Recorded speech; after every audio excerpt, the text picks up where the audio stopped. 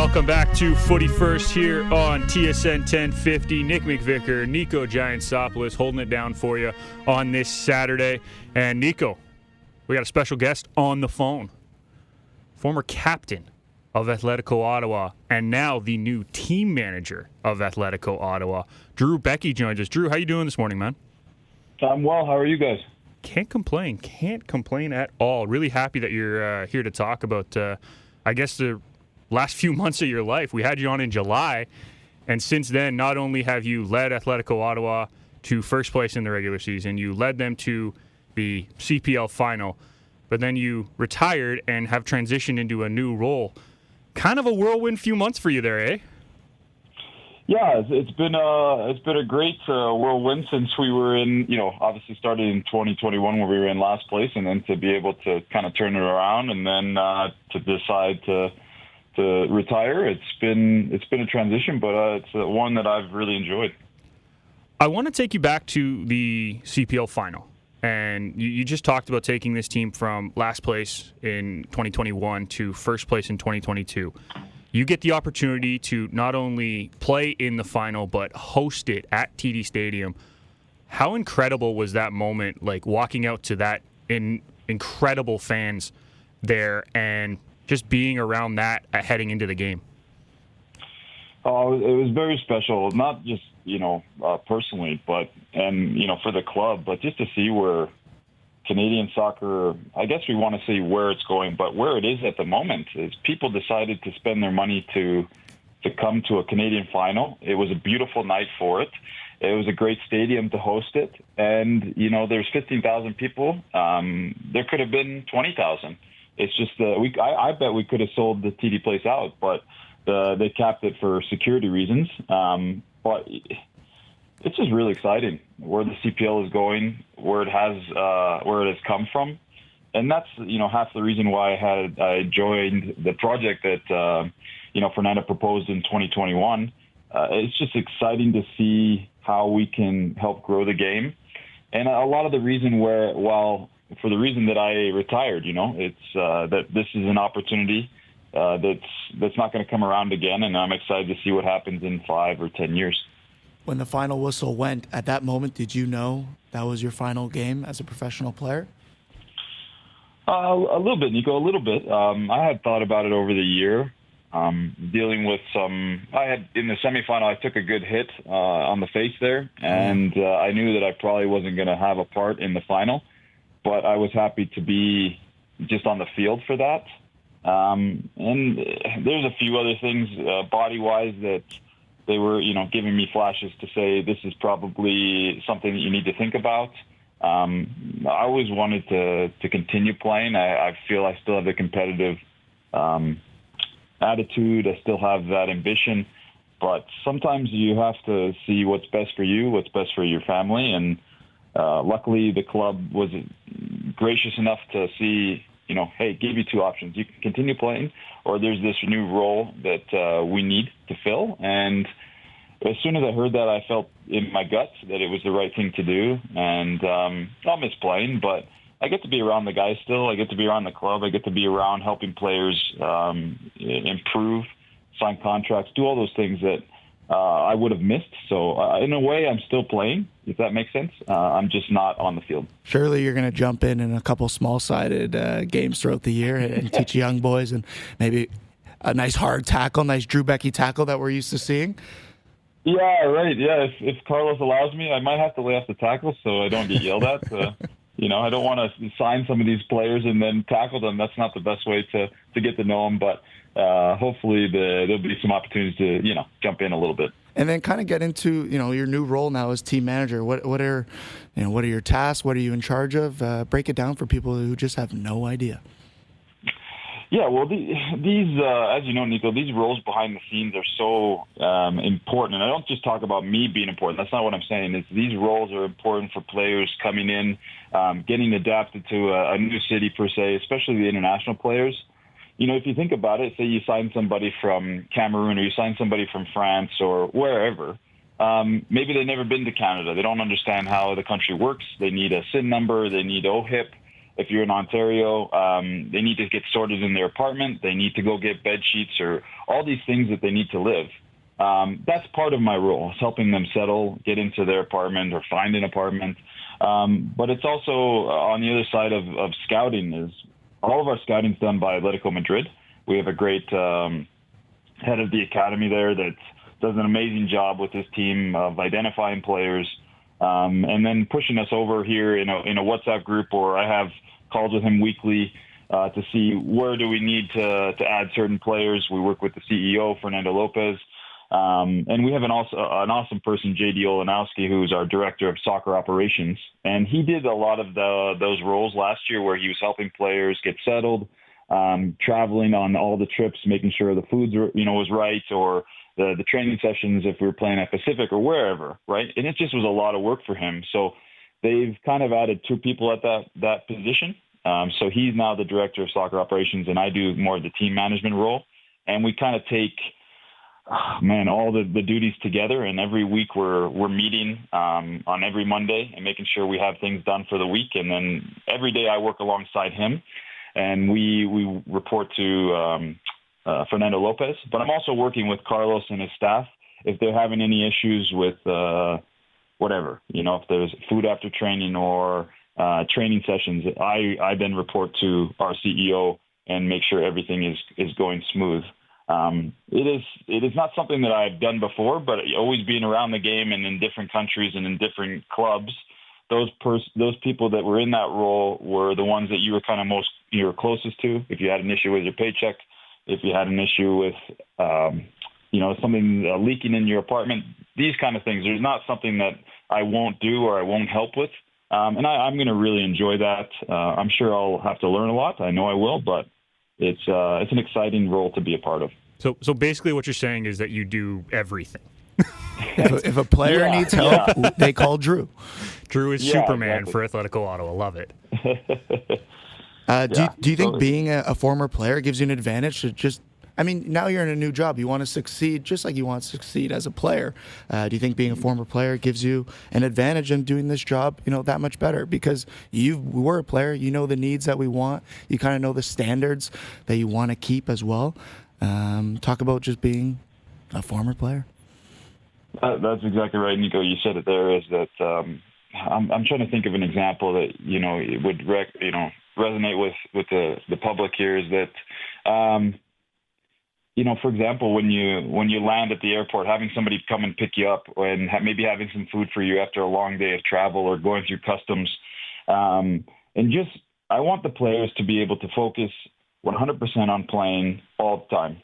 And with how budgets work and all these things, there's little things you can tweak to say, do we need to spend money there where we could have it maybe pivot and put it into something like having, food ready for the guys before training at breakfast, or having something ready for them after training, shakes done, or something that they can take away with them to go back home and just focus on recovery and rest. You've been there, you know what it's like to not have to worry about something outside the game when you can just focus on, okay, it's Friday, I got to play tomorrow. What do I need to do on this Friday to be ready? Well, I don't have to do too much because the staff or the club got everything ready for me. Obviously, at the top level, those things are happening flawlessly. And on our level, we're trying to do everything we can with the budgets that we have to make sure that it's easy and ready to go so players can improve, players can be at their best at all times, because that's ultimately what you want. And what we want to succeed as a team is that they can just do that, 7 days out of the week.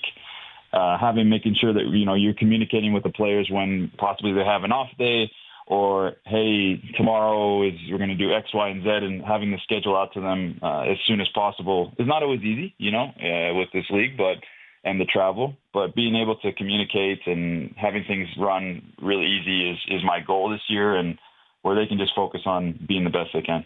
Halfway through the season, we're going to have to get you back on, and then we'll have to ask you who's the most vain player or the most difficult player on Ottawa. Yes.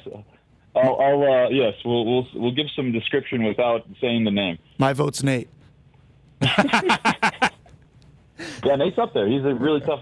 He's great. Nate, he's great. In conversation with Atletico Ottawa team manager and former captain Drew Beckie. Drew, we talked about your new transition into the role of team manager, but did you have any time between the end of the season and getting into your new role that you were able to kind of like reflect on everything that you had accomplished over the years? Oh, that's a great question. Yeah, definitely. I didn't have these discussions with the staff until obviously right kind of before the announcement came out. I tried to sneak in my retirement on a Saturday, and I didn't alert the club. They knew that I was going to retire, but I didn't alert them that I was going to say something, and that's probably not the best way to do something. Fernando wasn't too happy about that, but the big picture is I'm not a huge player in the game. I'm not a huge player in the world, and I will never be a Ronaldo or Messi. That's not me, and never will be. So I felt that me announcing things wasn't a huge deal. I had a great career. I always had ambitions to go higher and to be at the highest level and to play for Canada for many years, but that wasn't my journey. That didn't happen, and that's okay. I had certain things that happened along the way that you can't control, and I had a great career. So when I was reflecting back on what my decision was going to be after this year, I just felt I couldn't continuously, day-to-day, compete at the highest level in the way that I wanted to, at a standard that I had expected of myself for several reasons, and things that had happened over the last 3 or 4 years with health issues that I felt I wasn't going to not let the team down, but I wasn't able to replicate certain performances anymore. And so I did a cost-benefit analysis. I like using that term because I'm glad I'm going to start using my brain here more than my body to say, how can I benefit the players? How can I benefit and stay in the game and start a new career, maybe at a younger age? I'd love to work for Madrid at some point, or work for FIFA, or do something in the game in the front office side, to be a CEO of a club and help players move on from not just the CPL, but maybe the MLS or whatever it is. And so this was a time for me to say, okay, this is a start, and maybe I can go up from here. Whereas a player, I knew that I wasn't going to go play in a World Cup. I knew I wasn't going to go play in the Premier League, whatever it is. So this was a pretty easy decision for me, to be honest. Fair enough. I guess we're going to see you running Canada soccer in a few years. That's the goal right now. running the world. I love the opportunity. Yeah, of course. Running the world by the sounds of it. Drew, you were active on Twitter recently, and you spoke about giving more opportunities now that you're in this new role to local players. Kind of speak on that and how you plan on putting that in action. Yeah, I think anybody who's involved in the Canadian soccer community understands that our pathways are not the easiest. We have many different, I always look at it as a tree, right? And we have many different branches and stems that go everywhere. And there's not really a full-on, well, there's never existed in Ottawa a pathway really to the first team.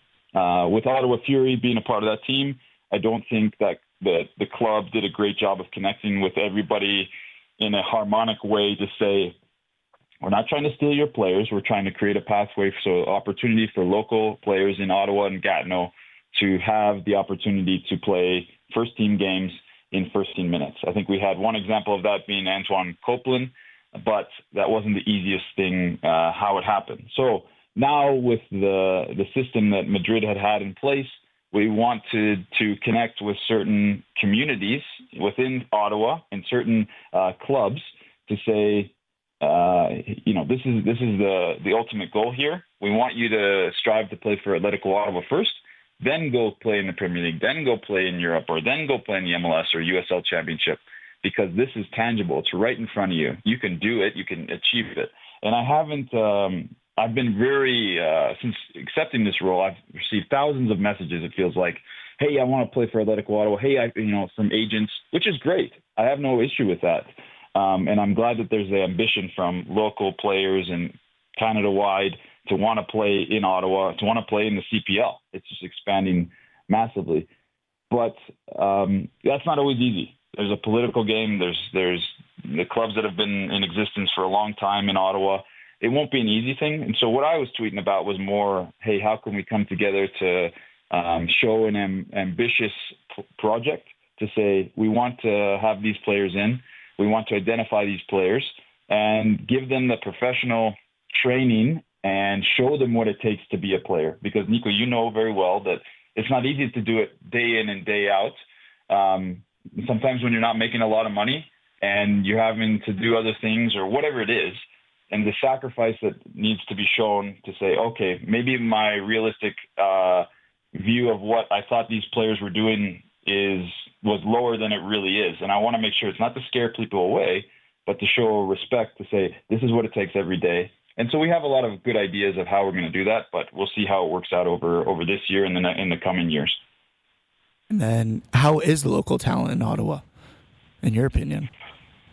I think we have some good players, especially in the local existing area right now. Plus Gatineau on the other side of the Ottawa River, there's a lot of great players. It's just being able to get them into a system of identification, being able to communicate with them to say, hey, we have a lot of ideas of how we want to implement getting you in and getting around the club.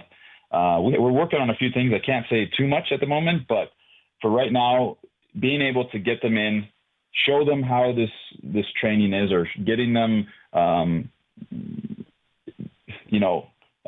without saying too much, just showing them what it takes to become a professional, and that they have a clear pathway through development, through certain games that we'll have. How can you be a part of this team and help get better? Especially from 15 to 20, right? Those are the age groups we're looking at because of a lot of the rules that we have in Canadian Premier League for underage players and U23s. It behooves us to do that because, we're a league that's growing and we want to develop young players for the future. So it's an exciting time, and I'm really excited to be a part of that side of the club. I'm sure Ottawa fans are dying to know if there's any updates on Ollie and Nate. Are you guys losing them? Are they coming back? How's that whole Mexican stint going? Well, all I can say is that it's a really exciting training opportunity for them both to be, out in some great weather, great pitches, and to train within the Atletico family. But we'll see them back for 2023, and I'm excited to see how their development goes and hear about it because it's an exciting opportunity, right, to train with great players at a great level. And in a different country. So we're excited to have them for 2023. You talk about recruiting and bringing these players in. Surely this connection now, if you guys can continue this with sending players in the offseason to a San Luis or even an Atletico Madrid, whatever it is, that's got to be a huge draw when recruiting players to come into your club. No? Yeah, I really, obviously that's definitely a good selling point with players. But, we don't want to lose the human aspect of speaking with players as well. If I'm trying to get Nico Gianstopoulos to Ottawa, I'm going to speak to Nico. I'm like, hey, obviously you've seen our product on the field, but we can offer X, Y, and Z. We're going to go to Madrid for preseason. Those are things that would sell you, right? And so there's an advantage there, and you have to take advantage of those things when talking with players to say, hey, we can get you better in these areas. We can provide this. You have this on top of your salary, all those things, right, that sell a club. Because at the end of the day, there's little things that push you over the edge of playing for Pacific versus Ottawa or Halifax versus York. Those type of things, and that's professional sport. That's professional soccer. And if we don't have competition within the CPL, that doesn't push clubs to get better. And that's what we're aiming to do, is to win all the time, right? We don't want to be bottom and have those struggles like we did in 2021 or even the birth of the club a few years back. So we have to push on from this point, and we have, I feel, the right people in the staff positions and hopefully on the field to do that. Very well said. And then finally, your sister Janine Beckie, obviously she did some work during the World Cup with TSN. Overall, what were your thoughts on how she did? I was very impressed by her work ethic. Those are very long days. I've gotten to know Julian de Guzman very well over the, last 10 years. And, he was sending text messages, hey, Janine's really doing well. She's learning a lot. So that was really exciting to hear from his point of view. But I was very impressed by her analysis. She was always prepared. I can't say that I gave her many tips. I think when she did the Euros a couple years back, she'd text to say, what did you think of X, Y, and Z? And maybe I'd help a little bit, and that's not a pat on the back to me, but she's really dove into analyzing the game. She's very well spoken. She's ambitious. She doesn't shy away from, saying controversial things or challenging the men on the panel. So I was really, really proud of her. Yeah, you say very well spoken. I feel like all the women's national team players that I've had the chance to speak to, they're so articulate and they speak so well when they do interviews or even when you're just chatting to them on the street. They're so well spoken. Is media a thing that you're going to ever dive into at all? Oh, man, I don't know. You love to talk. We'll see. We'll see what comes about. I would love the opportunity to speak on, speaking about soccer, the thing we all love, right? But I'm focused on doing my job right now and helping, if I can, on and off the field, and just enjoying the game from this perspective, right? I've only seen it from on the field, and right, you're so focused individually on how you're going to be in that game and collectively as a team and being around the players. So now I'm going to have kind of an overview, a 50,000 feet overview of what we're doing as a club. And maybe, we'll see what happens in the future.